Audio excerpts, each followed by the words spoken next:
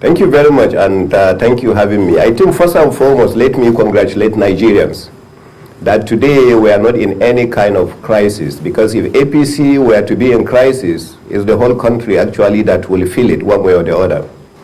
Let me also congratulate our new flag bearer, the Asuwaju of Lagos, Senator Bola Ahmed Tinubu, for clenching this position.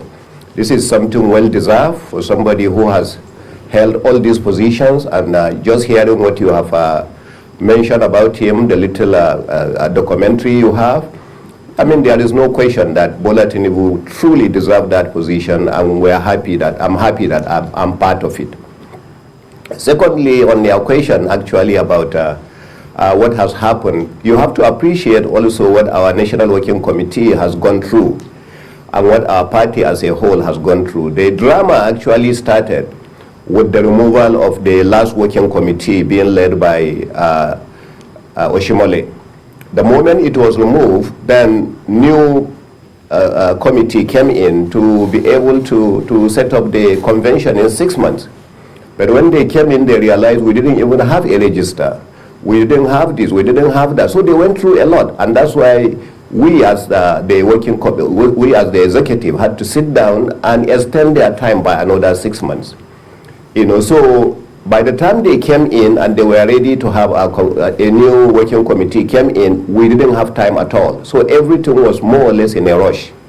That's why I'm telling you, if you understand what we went through, and to say that we had a very peaceful convention, you will truly believe that we have to thank the Almighty Allah for giving us this opportunity. And for us to come up with we came up with, Bola Ahmed Tinubu, a leader who was part and parcel of the people who formed this party. There is nothing more but to thank God. Otherwise, this state, this country, our party will have been facing different kind of drama today rather than celebrations. But what I receive from all over the world, because, I live in the US, I work in other places, I have received messages, from Ukraine, even where they were having their own problems, from Bolivia, where I have some problems in the oil and gas sector, from the US, from the UK, people just thanking us that we have done the right thing, and that's the reason why the country is at peace right now. So once more, I want to congratulate Bola Ahmed Tinubu, congratulate our party being led by Senator Abdullahi Adamutura Kefi, and more importantly, congratulate our president for allowing us to do the right thing. And thank God we have done the right thing. But who would you say was responsible for the way things panned out eventually? Just very close, even up till Tuesday this week, it did seem like the party would toe the line of the consensus candidate as against Asiwaju's wish that it be open. Eventually, of course, we see it was as open as it could be. But if you would, trace it now as to who spearheaded this, who would you, put down on the table as to being responsible for this eventual success? I really don't want to go into any blame game at this moment by beginning to say this one person did this, that one did that, that one did that. I think in a political party like ours, the biggest party with 23 aspirants coming to show interest, definitely you will have different kinds of people showing different interests. So that is expected of a party such as ours. Everybody was believing and still believing that whoever emerges as the flag bearer will be the next president of Nigeria. And our president himself said, I want to hand over to another APC president.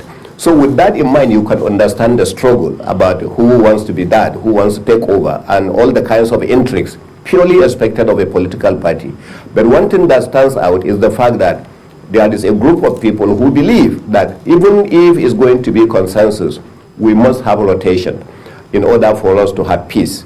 And I think that's what we have done, as a people, and we are relieved that we have done that. But the bigger relief came when even those who wanted the consensus of just one person has come down to realize our point and to accept our point and to go in our direction. I think that's the happiness part of it. All right, Your Excellency, share with us some of the intrigues that went down. From the minds of Nigerians, it is commonplace, like you talked about the issue of rotation. If he stays in the north, he should come to the south. If he stays in the south, he should go back to the north. But there was some level of uncertainty to the level where the governors, northern governors, APC progressive governors had to come together to resolve, to say, okay, let this power or presidential ticket be zoned to the south. Share with us some of the things that informed that decision of the governors to come together at that point. Well, you see, there is no written, anything written anywhere in our constitution about rotation. But I've always, in fact, I spoke on channels, I spoke on NTA, I spoke on all the other networks, you know, trying to give example of myself. I actually come from Akwanga local government, Gudi Station in particular, from the northern senatorial zone of Nasarawa State. We have 13 local government areas. 5 local government areas from the western zone of Kefi, 5 local government areas from the southern zone of Lafia.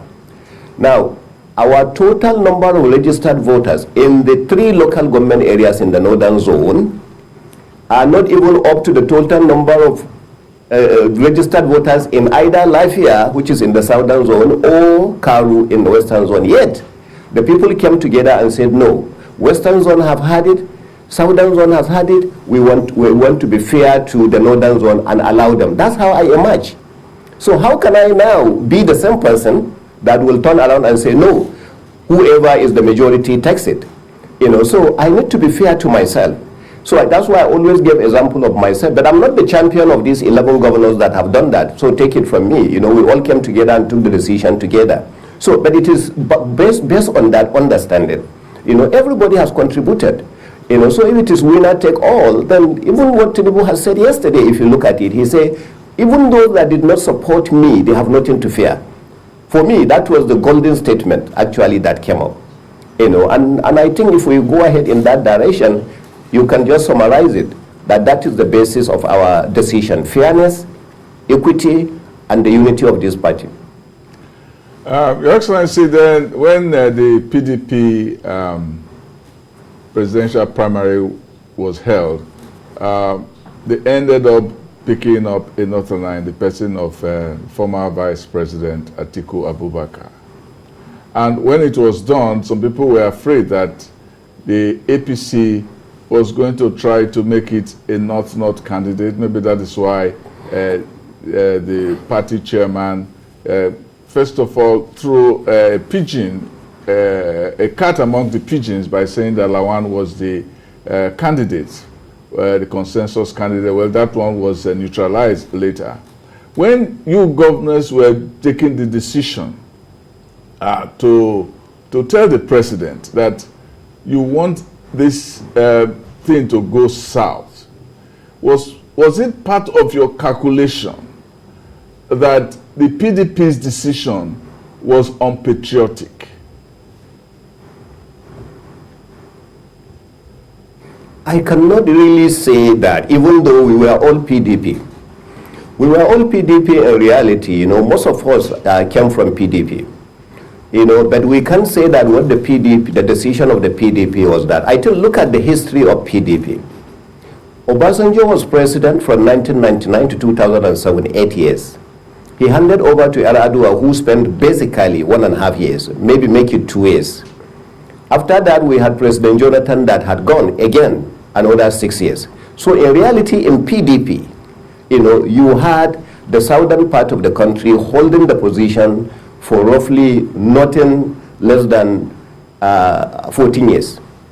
Okay? So if the PDP decides to actually zone it to the north, you can't really say it's unfair, you know, based on that, because PDP cannot use APC as their ground to say that, well, APC has been in position for 8 years, therefore it can go to the south. So APC has taken the position, and we have taken, they have taken their position, we have taken our position. So now, for all those agitators of North and South, you have a candidate. All those agitators of the other one, you have a candidate. But at the end of the day, we believe very strongly in APC, we have taken the fairest position And we believe even those in PDP who believe PDP was not doing the right thing will join us to do the right thing. That is my position. That means you agree that PDP did the wrong thing. No, I say I cannot say they did the wrong thing. Based on my own calculation, if you hear my calculation, the southern part of the country in PDP actually had ruled this country for 14 years out of their 16 years. So if they decide to go to the north, you can say that they did the wrong thing. I will not be the first to say they did the wrong thing. I think it's up to them to decide. But what do you say about, some form of rancor now in the APC, notwithstanding the emergence of Bola Ahmed Tinubu as the presidential flag bearer? There is still some level of discontent from the Southeasterners in your rank who say they feel slighted by the whole eventuality. How do you respond to that? I don't know who will say that, really.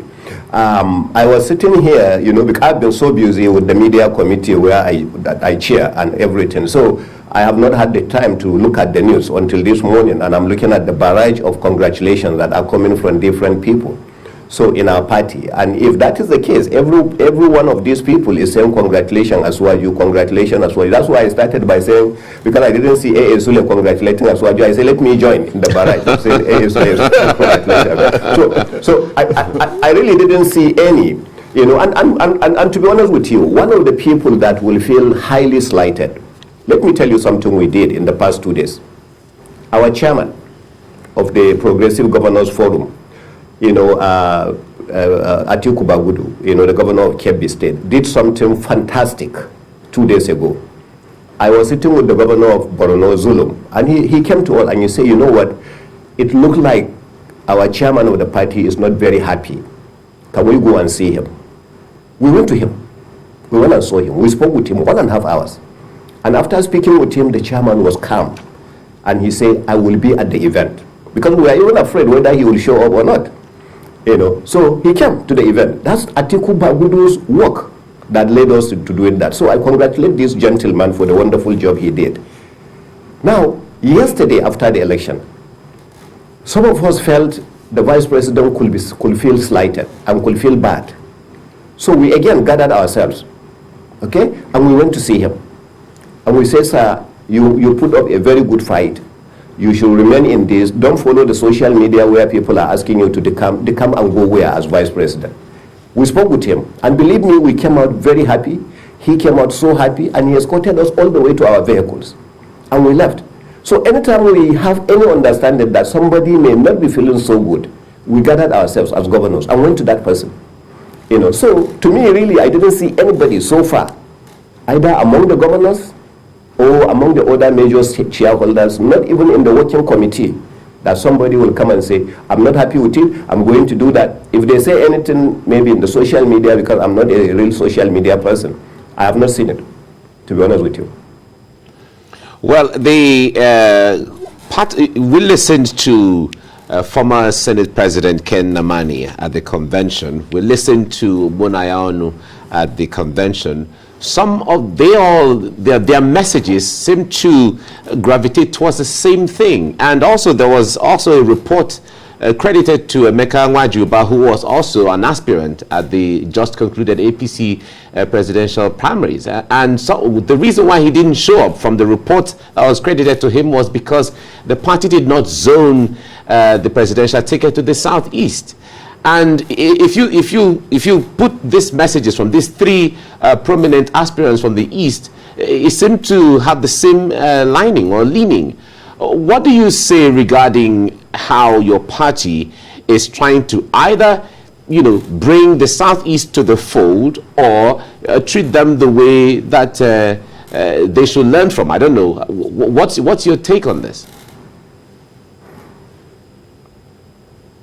I think, I don't know why my big brother Emeka didn't come. In fact, we were asking, because directly behind me was the governor of Ebonyi, who happens to be also from the same southeast, who was there at the event.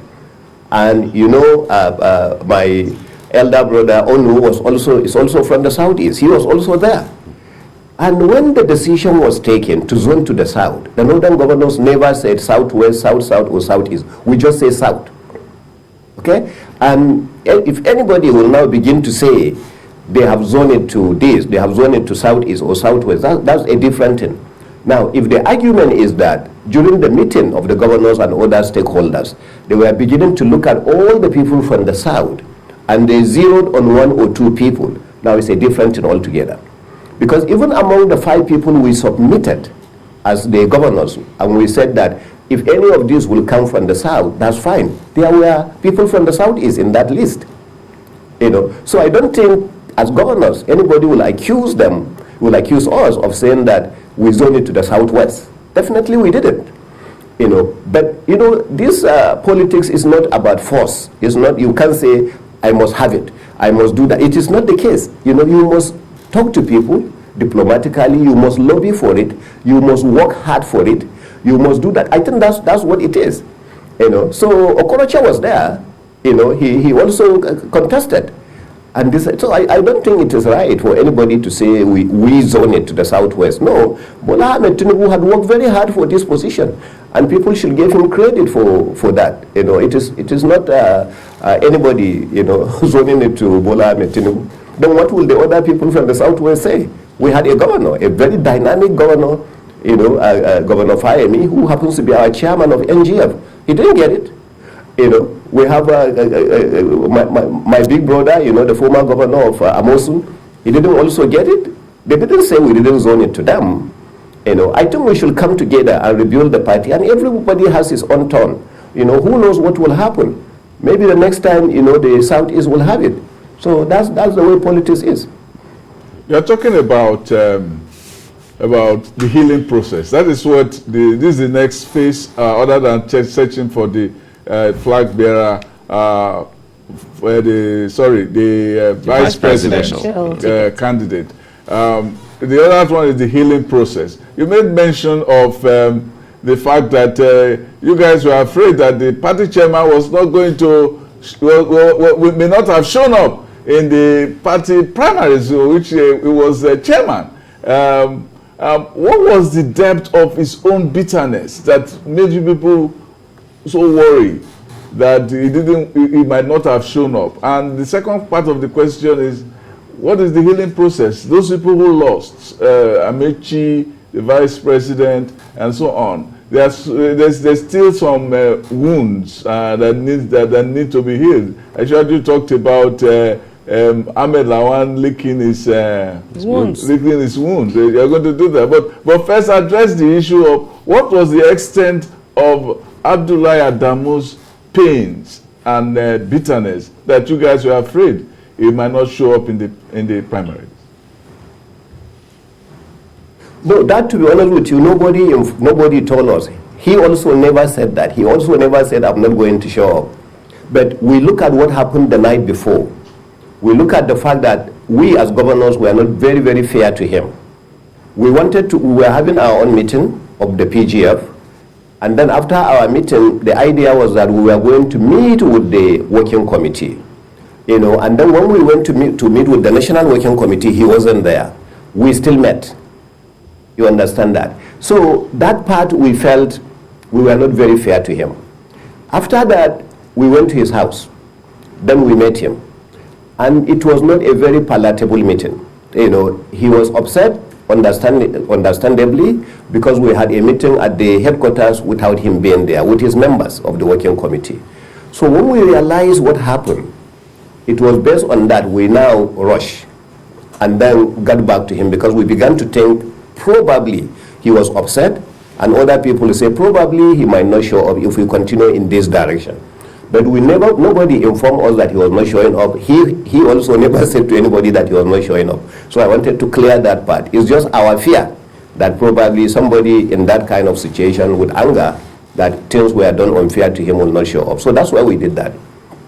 Now, coming back to all the issues that you say were leading, to the problems. You know what happened?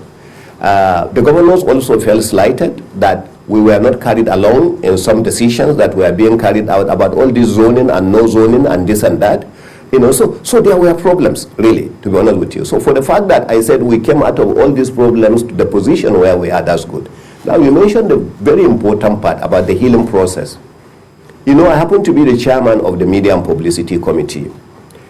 Our role actually extends about the unity of the party. That's what we preach. We kept preaching unity of the party. We felt very strongly that we could have a backlash. And so part of our job, we extended it to this healing process.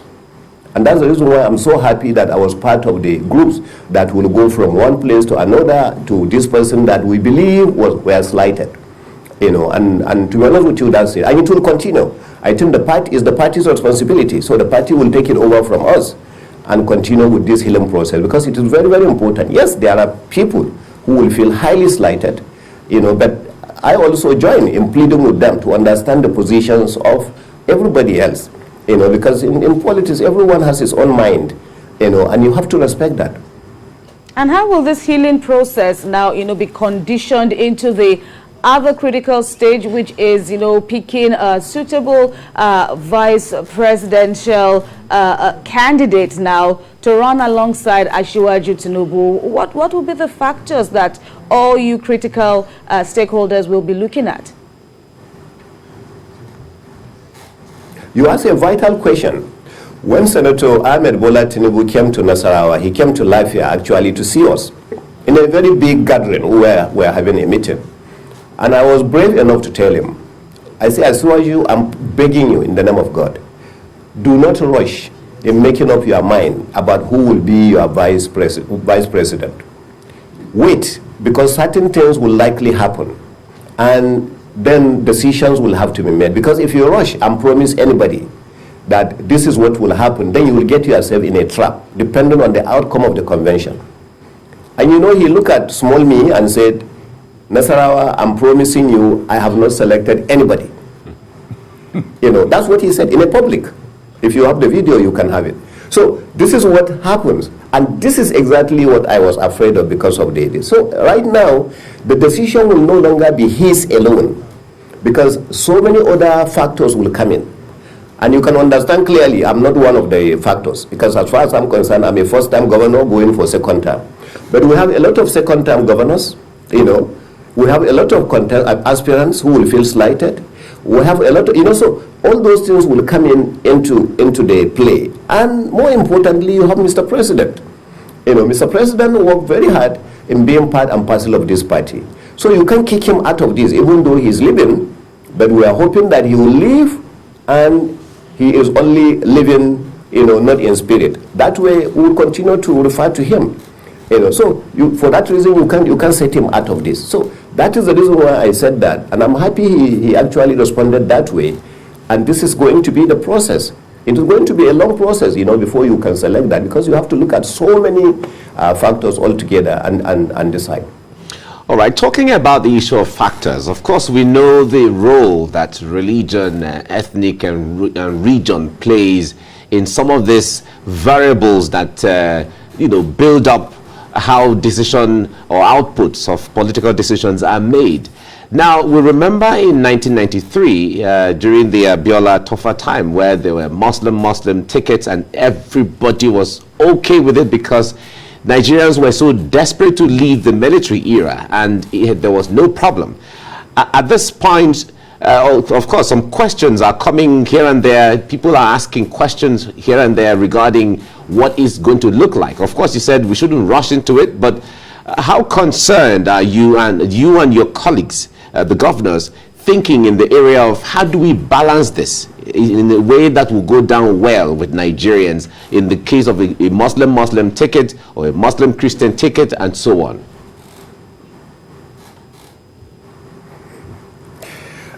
To be honest with you, I don't know. We have people who have far more experience than myself. And then, but the truth of the matter, because I'm usually somebody straight to the point, the truth of the matter is that it was a subject that was discussed as the 12 of us were sitting down there as northern governors and looking at this. It was a factor that came up. And there were debates, and people bear their minds, you know, exactly this is what it is, that is what it is, this is, you know. So for that reason, you know, it's an issue. But as I said, it's a process. So these issues will be discussed. People will look at the pros and the cons of it. And then, like you said, all this idea about you are trying to bring whatever will be acceptable, to Nigerians will also become a factor. So at the end of the day, the decision that is best, I think, for the party and for Nigeria will be taken. Now, can you give us an insight or a peep into the nature of that debate as to what factors will actually be privileged over the other? Is it that you will say, okay, the personality is so good that nobody will think about the person's religion, even if it's a Muslim in the north? And some people have said, well, if you want to pick a northern Muslim, and the northern Muslim is able to give you the greatest number of votes, why would you go and pick a Christian and lose?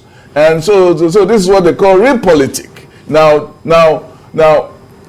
there's also the argument that, look, Asiwaju Bola Ahmed Tinubu is a Muslim. He has a wife who is also a pastor, and so on. That itself can diffuse. Did you guys go into all of this nitty-gritty of issues? Because it is one thing for you to say you want to do the proper thing and lose, or you do the revolutionary thing and win. That's the good thing about being with media gurus like Sam. So now you are the one giving me ideas. Because, I didn't have all these ideas. And now, Sam, I know where you belong. No. I'm just thinking. I'm just thinking why. I will take your argument, Sam. I will take it to the debate. I say that I had a Christian who has said this and this and this and this, and then that will be the argument. So I'm the one putting you on hotspot right now. Who convinced me on this? So is that your answer? No, not really. By the time we go in there, as I mentioned earlier, by the time we go in there, there will be a lot of these items came up. But those were the issues that came up. They came up very strongly. Do you have some governors already showing intentions to become vice president? You don't have to mention. I know. I'm not interested. I know A.A. Sule is out of it because I'm more interested in going to continue as the governor of Nasarawa State. And I know some of the first-time governors that clearly told me they are not interested. But yes, you can't take away those who are going out as their second time, the governors who are living right now. They may be interested, and I don't think there is anything wrong with it. And you can't take away those aspirants also who are interested. But so far, there is no one governor who has come to me to say, by the way, I'm interested in being the vice president. Please help me to support me in this. So far, not. I have not. Well, naturally. Yeah, some people have mentioned a few of the second-term governors, like Gumi, like the governor of Kano State, Ganduje, the governor of Kaduna State, Rufai, the governor of Plateau State, Simon Lalong, and so on. And do you get a sense that some of them are, in their body language, actually interested in this? No, as I said, the position of a vice president is a highly attractive position. Who doesn't want to be the number two person actually among the outgoing governors? So I don't think there is anything wrong with that. But to be honest with you, there is none of them among these guys that you are telling me that has come forward to A.A. Sule and said to A.A. Sule, by the way, I want to be the vice presidential candidate, so can you help me also to be part of it? Nobody. And I'm telling you from my heart, nobody has said that. But how far is the Northern Governors Forum, expressly or impliedly, willing to go in wielding its influence? Of course, your forum received a lot of accolades yesterday, looking at, how you pushed for the southern option and how it all eventually played out. Now to this phase of picking a running mate for the flag bearer. How forceful are we going to see the NGF speaking this time around? Well, I don't think there is any two-way about that. And people who keep saying that they have to be fair to the governors. The governors are the ones who are the chief executives in our own states. We are the ones with the people. So anybody who is even dreaming of saying that push the governors aside and carry out this is only making a mistake. We are the leaders of the party in our state. We are the ones with the people every day.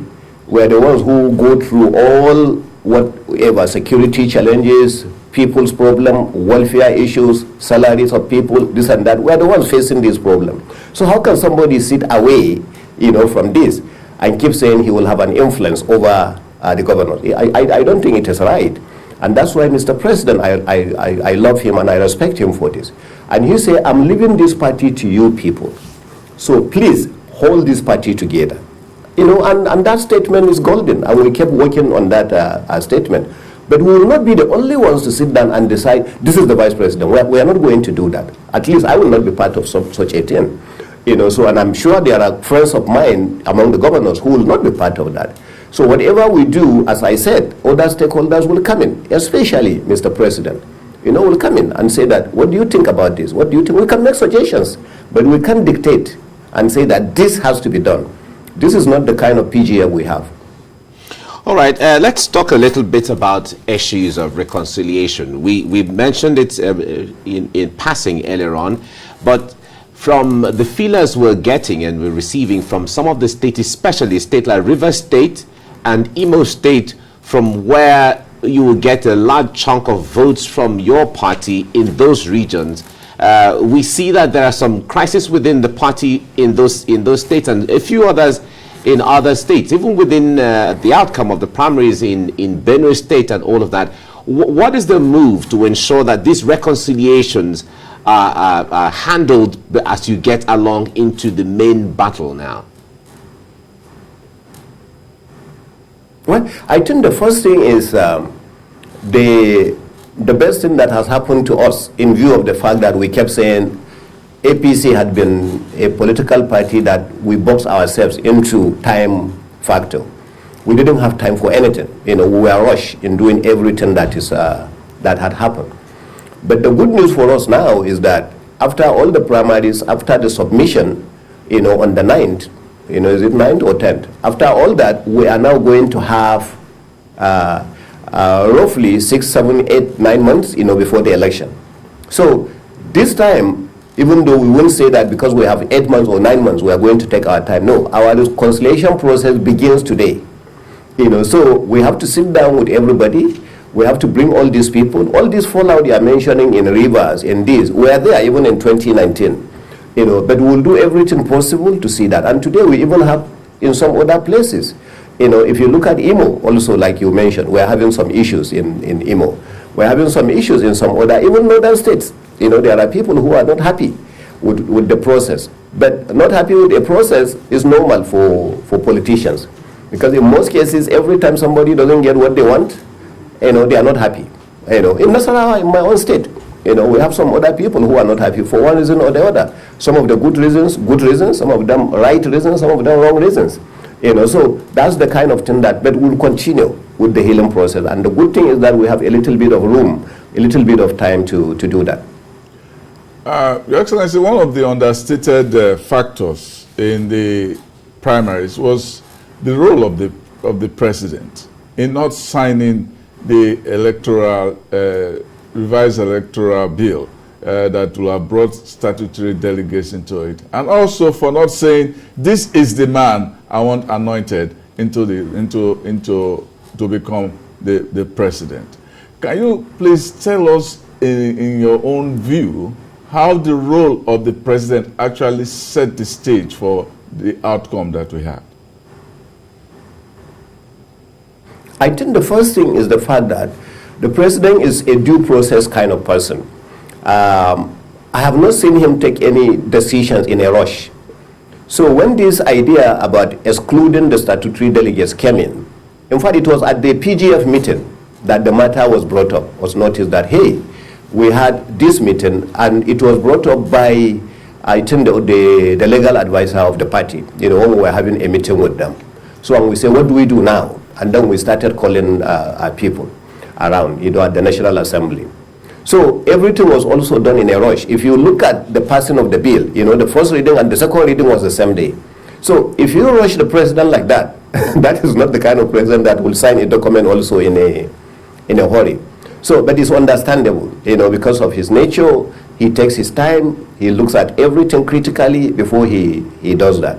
But by the time he was signing, even if he had signed, it would not make any difference, because the PDP already had their own primaries, the convention. The APC probably didn't have the 7 days, that was there for us to be able to submit the names of the delegates, to INEC. So because that's a requirement. So I think that's part of the reason why the president continued to study it. The whole bill from the beginning, the president refused to sign it. It took a while. In fact, the time elapsed, and then they had to go back and begin all over. And that, so that's the type of president we had, who takes his time to do that. Now, on the second part of your question, about the part that the president didn't anoint somebody or didn't say this. If he had done that, the barrage of criticism on him will have been 3 times, what it is today. So I think he took a decision based on his conscience. He wanted to leave a level playing ground. He wanted the process of the party, to produce somebody. But many suggestions were given to him. Some of them we knew, some of them we didn't know. So the one we knew, we supported. The one we didn't know, we were indifferent. And I think that's exactly what happened. So I believe very strongly the president's decision was based on who he is and the kind of person he is, in making sure that he allows the due process to carry on.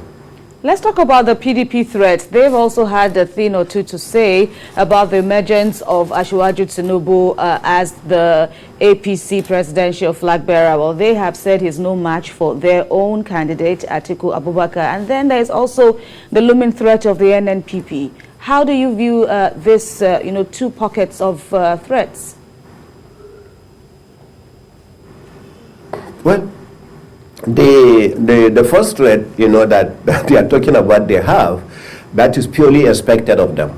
But I think Wazir Adamawa, Atiku Abubakar had done a wonderful thing by coming out to congratulate Tinubu, which I saw yesterday in the news as I just returned to the house.